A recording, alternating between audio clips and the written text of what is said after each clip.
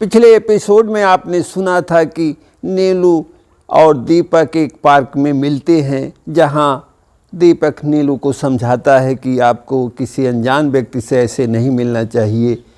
ज़माना वैसे भी बहुत ख़राब है, लोग कब किसको धोखा दे दें ये कोई नहीं जानता।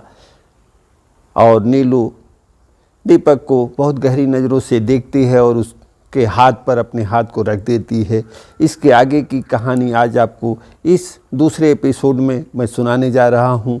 इसके बाद नीलू और दीपक का मिलने का जो सिलसिला शुरू होता है वह धीरे धीरे बढ़ने लगता है और कभी किसी चाय के कैंटीन में दोनों मिलते, कभी किसी पार्क में दोनों बैठ कर के मिलते और बातें करते। दोनों का प्यार परवान चढ़ता रहा और 1 वर्ष कब गुजर गया दोनों को पता नहीं चला। एक दिन नीलू दीपक से एक पार्क में मिलती है और बहुत भावुक होकर उससे कहती है कि दीपक, अब तुम्हारे बगैर मेरा एक एक दिन एक एक पल नहीं गुजरता। अब तुम्हारे साथ मैं कहीं भाग जाना चाहती हूँ, तुम मुझे कहीं भगा ले चलो, मैं अब तुम्हारे बगैर जिंदा नहीं रह सकती। इस पर दीपक नीलू को समझाता है कि नहीं नीलू, हम ऐसा नहीं कर सकते। हमारे माता पिता ने हमें पाला पोसा, इतना बड़ा किया, उनके भी कुछ अरमान होंगे और हम अपने माता पिता को धोखा दे करके उनको समाज में घुट घुट कर जीने के लिए मजबूर नहीं कर सकते। दीपक की इन बातों को सुनने के बाद नीलू के आँखों से आंसू निकलने लगते हैं और दीपक के हाथ को पकड़ के नीलू कहती है कि दीपक, आज मुझे अपने प्यार पे नाज हो रहा है कि जिसको मैंने चाहा उसके विचार इतने ऊंचे हैं, इतने अच्छे हैं। आज तक तुम मुझे पिछले 1 साल से कितनी बार मिले, कितनी बार हम दोनों बहुत करीब रहे, लेकिन तुमने मुझे कभी उस नज़र से नहीं देखा जो एक लड़का एक लड़की को देखने के बाद उसकी नज़र बदलती है और वह उस नज़र से देखता है। तुम सचमुच बहुत महान हो, तुम्हारे विचार बहुत ऊंचे हैं और मुझे अपनी मोहब्बत पर आज नाज हो रहा है कि जिसको मैंने चाहा उसके विचार इतने अच्छे हैं, इतने ऊंचे हैं। यह कह के नीलू दीपक से लिपट जाती है और दीपक को लिपटने के बाद जब अलग होती है तो आँखों से जो आंसू बह रहे होते हैं वह रुकने के नाम नहीं ले रहे होते हैं और रोते हुए नीलू कहती है कि दीपक, आज के बाद हम कभी नहीं मिलेंगे। अगर ऊपर वाले को यह मंजूर होगा कि हम लोग ज़िंदगी भर के लिए मिलेंगे तो ठीक है, वरना अब हम कभी नहीं मिलेंगे और ना ही हम दोनों अब कभी मोबाइल से बातें करेंगे। इतना सुनने के बाद दीपक भी यह सोचता है और नीलू से कहता है कि सचमुच नीलू, तुम बहुत अच्छी हो और तुम्हारे इस फैसले ने आज मुझे भी अंदर तक छू लिया है कि तुम कितनी अच्छी तुम्हारी सोच है कि तुम मुझे इतने दिनों तक मिलती रहीं, लेकिन कभी तुमने ना तो मुझसे कोई फरमाइश की लाने के लिए कुछ और ना ही मुझसे तुमने कुछ मांगा। तुम्हें जो पाएगा वह सचमुच बहुत खुश नसीब होगा। इसके बाद नीलू फिर दीपक से एक बार लिपट जाती है और दीपक भी नीलू को गले से लगा लेता है। उसके बाद दोनों अलग होते हैं और एक दूसरे के हाथ को पकड़ करके धीरे धीरे अलग होते हैं और दोनों के आँखों में आंसू होते हैं और दोनों एक दूसरे से दूर होते हुए भी एक दूसरे को बार बार मुड़ मुड़ के देख रहे होते हैं। अगले दिन दीपक अपने विद्यालय के बच्चों की पढ़ाई में लग जाता है, लेकिन उसका मन बच्चों की पढ़ाई और विद्यालय के काम में नहीं लगता। उधर नीलू का भी वह कॉलेज जाती है, लेकिन उसका मन पढ़ाई में नहीं लगता। समय का पहिया कहाँ रुकने वाला, कहाँ थमने वाला, वह तेज़ी से आगे बढ़ रहा होता है। इस दौरान नीलू के माता पिता नीलू की शादी को लेकर बहुत चिंतित रहते और कई जगह नीलू की शादी देख रहे होते हैं। एक दिन नीलू की माँ मालती देवी अपने पति भगवान सिंह से कहती हैं कि नीलू के मामा एक जगह शादी बता रहे हैं, मैं चाह रही हूँ कि तुम और नीलू के मामा वहाँ जा कर के उस शादी को देखाओ। जिस पर भगवान सिंह अपनी पत्नी से कहते हैं कि शादी तो हम लोग पिछले 2 साल से ढूंढ रहे हैं नीलू की, लेकिन जहाँ जाओ दहेज की इतनी मांग है कि जो भी देखो 5 लाख गाड़ी, चैन, अंगूठी मांगता है, और हम लोग की इतनी कमाई कहाँ है खेती बाड़ी में कि हम लोग उनके डिमांड को, इस मांग को पूरा कर पाएँ। जिस पर मालती देवी अपने पति भगवान सिंह को समझाती हैं कि ऐसे नहीं घबराया जाता, अच्छे लोग भी हैं समाज में जो कम दहेज में भी हम लोगों को नीलू के लिए अच्छे वर मिल जाएंगे, हम लोग कहीं अच्छे जगह पर नीलू की शादी कर देंगे।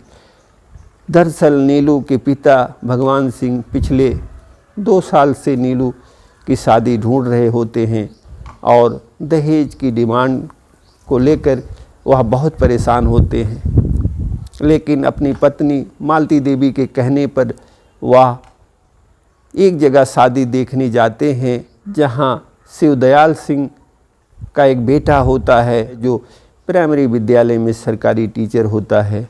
भगवान सिंह अपने साले को लेकर के शिवदयाल सिंह के घर 12 दिसंबर 2022 को पहुंचते हैं और उनके घर पहुंचने के बाद शिवदयाल सिंह उनका स्वागत करते हैं, वेलकम करते हैं, जिन्हें भगवान सिंह अपनी बेटी नीलू का बायोडाटा और फ़ोटो देते हैं। शिवदयाल सिंह फ़ोटो देखने के बाद नीलू का कहते हैं कि लड़की तो मुझे ठीक है, लेकिन दहेज में आप लोग क्या देंगे। भगवान सिंह उनके इस सवाल का जवाब देते हैं कि भाई साहब, हम लोग तो लड़की वाले हैं, आप बताइए आप क्या लेंगे। शिवदयाल सिंह बताते हैं कि अभी पिछले दिनों एक लोग आए थे, एक चरपहिया और एक चैन, एक अंगूठी और 4 लाख नगद दे रहे थे, लेकिन उनकी लड़की छोटी थी, इसलिए हम लोगों को वो रिश्ता पसंद नहीं आया। यह सुनने के बाद भगवान सिंह बहुत निराश होते हैं कि और कहते हैं कि भाई साहब, हमारी इतनी क्षमता नहीं है कि हम 4 पहिया दे पाएँ और 4 लाख नगद दे पाएँ, एक चैन और अंगूठी दे पाएँ। फिर शिवदयाल सिंह कहते हैं कि भाई, जो हमें बताना था वह हम बता दिए, अब आगे आपकी मर्जी। उसके बाद चाय पानी पीने के बाद भगवान सिंह शिवदयाल सिंह को प्रणाम करते हैं और अपने साले के साथ वहाँ से निकल लेते हैं और घर पर पत्नी को पहुंचकर सारी बातें बताते हैं कि लड़का तो ठीक है, प्राइमरी विद्यालय में सरकारी टीचर है, लेकिन दहेज का उनका जो डिमांड है उसको हम लोग नहीं पूरा कर सकते। एक कार, एक चैन, एक अंगूठी, 4 लाख नगद की मांग हम लोग कहाँ से पूरा कर पाएंगे, खेती बाड़ी में इतनी कमाई कहाँ है। और यह कहते हुए भगवान सिंह बहुत निराश दिखाई देते हैं। यह देखने सुनने के बाद उनकी पत्नी भगवान सिंह का हाथ थाम के उन्हें समझाती हैं कि आप इतना परेशान क्यों हैं, कहीं ना कहीं अच्छे लोग कभी ना कभी मिलेंगे जिनके यहाँ हम लोग अपनी बेटी की शादी करेंगे। ऐसा नहीं है कि इस ज़माने में हम ही लोग दहेज को लेकर परेशान हैं, बहुत सारे लोग हैं जिनकी लड़कियां हैं वह दहेज को लेकर परेशान रहते हैं, लेकिन ऐसा नहीं है कि कोई अपनी बेटी का शादी नहीं कर पाता है। हर कोई अपनी बेटियों की शादी बहुत धूमधाम से करता है। भगवान सिंह कहते हैं कि सही कह रही हो मालती, लेकिन हम लोग इतना दहेज कहाँ से लाएंगे, इतना पैसा कहाँ से लाएंगे। अगले दिन नीलू कॉलेज जा रही होती है और रास्ते में उसे दीपक मिलता है। दीपक को वह बहुत बेसुध होकर के देखती है और दीपक भी उसे देखता है बहुत गहरी नज़रों से, लेकिन दोनों एक दूसरे से बातें नहीं करते। उस दिन कॉलेज जाते समय जब दीपक को नीलू देखती है तो बहुत भावुक हो जाती है और कॉलेज में उस दिन वह ना जाके सीधे शिवा पार्क में जाती है और एक बेंच पर बैठ कर के फपक फपक के रोती है।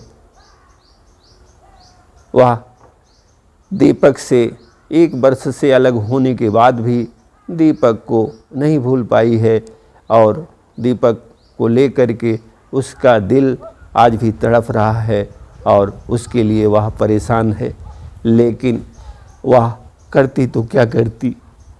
उधर दीपक भी नीलू के मोहब्बत में खोया रहता है, लेकिन वह करता तो क्या करता। नीलू शिवा पार्क से निकलती है अपने आंसुओं को पोंछने के बाद और वह सीधे घर चली आती है।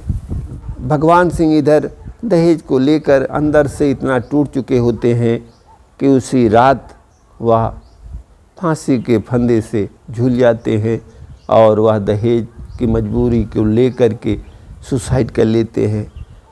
सुबह जब नीलू कमरे की सफाई कर रही होती है, उस कमरे में जाती है तो अपने पिता को फांसी पर झूलते हुए देख करके वह चिल्ला उठती है और मम्मी और अपने भाई को ज़ोर ज़ोर से चिल्लाते हुए आवाज़ देती है। मालती भी दौड़ी दौड़ी उस कमरे में आती हैं और नीलू का जो भाई होता है अंकित, वह भी आता है। तीनों भगवान सिंह के पैर को जो झूल रहा होता है फांसी के फंदे से नीचे, उसको पकड़ के रोने लगते हैं, चिल्लाने लगते हैं। इन सब की आवाज़ को सुन करके आसपास के लोग, जो गांव के मोहल्ले के लोग होते हैं, इकट्ठा हो जाते हैं और जल्दी जल्दी में सारे लोग भगवान सिंह को फांसी के फंदे से नीचे उतारते हैं, लेकिन तब तक बहुत देर हो चुकी होती है। भगवान सिंह इस दुनिया में नहीं रहते। उनकी लाश पर नीलू, मालती, अंकित सर पटक पटक के फपक फपक के रो रहे होते हैं। इस दर्द को शायद शब्दों में नहीं कहा जा सकता। यह खबर एक दिन शिवदयाल सिंह को मिलती है कि जो हमारे यहाँ शादी देखने आए थे, दहेज को लेकर के उन्होंने सुसाइड कर लिया।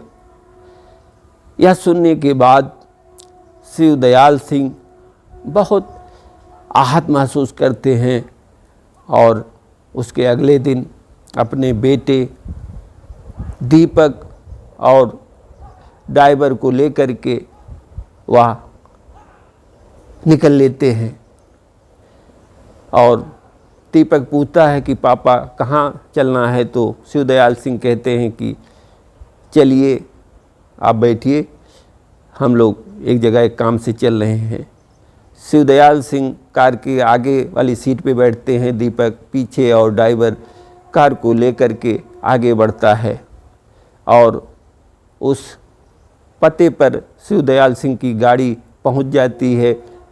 घंटों चलने के बाद जिस जगह पर भगवान सिंह का घर रहता है, वहां पहुंचने के बाद एक व्यक्ति से भगवान सिंह के घर का पता पूछते हैं तो वह बताता है कि भाई साहब सामने ही बस ये घर है, आप एकदम करीब पहुंच चुके हैं। शिवदयाल सिंह उस घर के सामने अपनी कार को रोकते हैं और सीढ़ियों से घर के उसारे पर चढ़ते हैं और बंद दरवाजे की कुंडी को खड़काते हैं तो कुछ देर बाद एक सफ़ेद साड़ी में महिला बाहर निकल के आती है, जिससे शिवदयाल सिंह परिचय देते हैं कि बहन जी, मेरा नाम शिवदयाल सिंह है और मैं गौर से आया हूँ। यह सुनने के बाद वह महिला कोई जवाब नहीं देती। फिर शिवदयाल सिंह कहते हैं कि मुझे यह जानकर बहुत अफसोस हुआ कि भाई साहब दहेज की बात को इतना अंदर तक ले लिए कि उन्होंने आत्महत्या कर लिया। यह कहते हुए शिवदयाल सिंह के आंखों से आंसू आने लगते हैं और उसके आगे शिवदयाल सिंह कहते हैं कि बहन जी, मैं आपकी बेटी से अपने बेटे दीपक की शादी आज ही बिना दहेज के अभी करेंगे। इसके बाद दीपक जो उनके बगल खड़ा होता है, शिवदयाल सिंह अपने जेब से उसे एक सिंदूर की डिब्बी देते हैं और नीलू की मांग भरने के लिए कहते हैं। यह सुनने के बाद मालती देवी शिवदयाल सिंह का पैर पकड़ने चलती हैं, लेकिन शिवदयाल सिंह जैसे ही हुआ उनके पैर को पकड़ने झुकती हैं, उन्हें थाम लेते हैं और शिवदयाल सिंह मालती देवी को सीने से लगा के रोने लगते हैं और रोते हुए वह कहते हैं कि आज के बाद इस परिवार की सारी जिम्मेदारी हमारी है। आपकी देखरेख करना, अंकित को पढ़ाना यह मेरी पूरी जिम्मेदारी है और नीलू को हम अपनी बेटी की तरह रखेंगे। इसके बाद दीपक नीलू की मांग में सिंदूर भर देता है और सभी लोग शिवदयाल सिंह से लिपट जाते हैं। ये कहानी आप लोगों को कैसी लगी कमेंट में अपनी राय ज़रूर दीजिएगा और हमारे चैनल को अगर आपने सब्सक्राइब नहीं किया है तो सब्सक्राइब कर लीजिएगा और अपने दोस्तों से भी कराइएगा। कमेंट करके अपनी राय दीजिएगा, जिससे आगे इसी तरीके से दिल को छू लेने वाली कहानी आपको सुनाता रहूं। आपको बहुत बहुत धन्यवाद। जय हिंद।